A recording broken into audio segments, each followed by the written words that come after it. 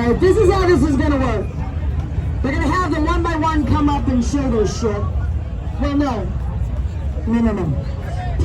Please don't drop trout. Okay. They're gonna show their, if you want to show your ass, I just can't see your ballsack.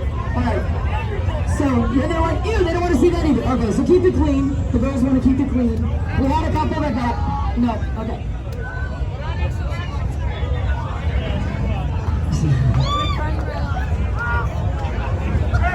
The fucking visual from that, I can't even get that out of my mind. Fucking wax? You wax? So when do you wax? Well, you apparently know you should wax. I don't even know how to respond to that. I just don't. Alright.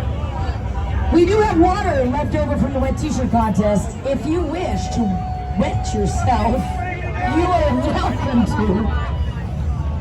If somebody wants to come up and wet them, they're welcome to, I guess. I don't know. Alright.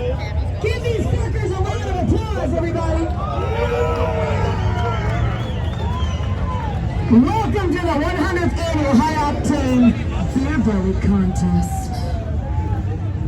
Alright, you ready to show your shit? Alright, so this is how this is going to work. We can start down here.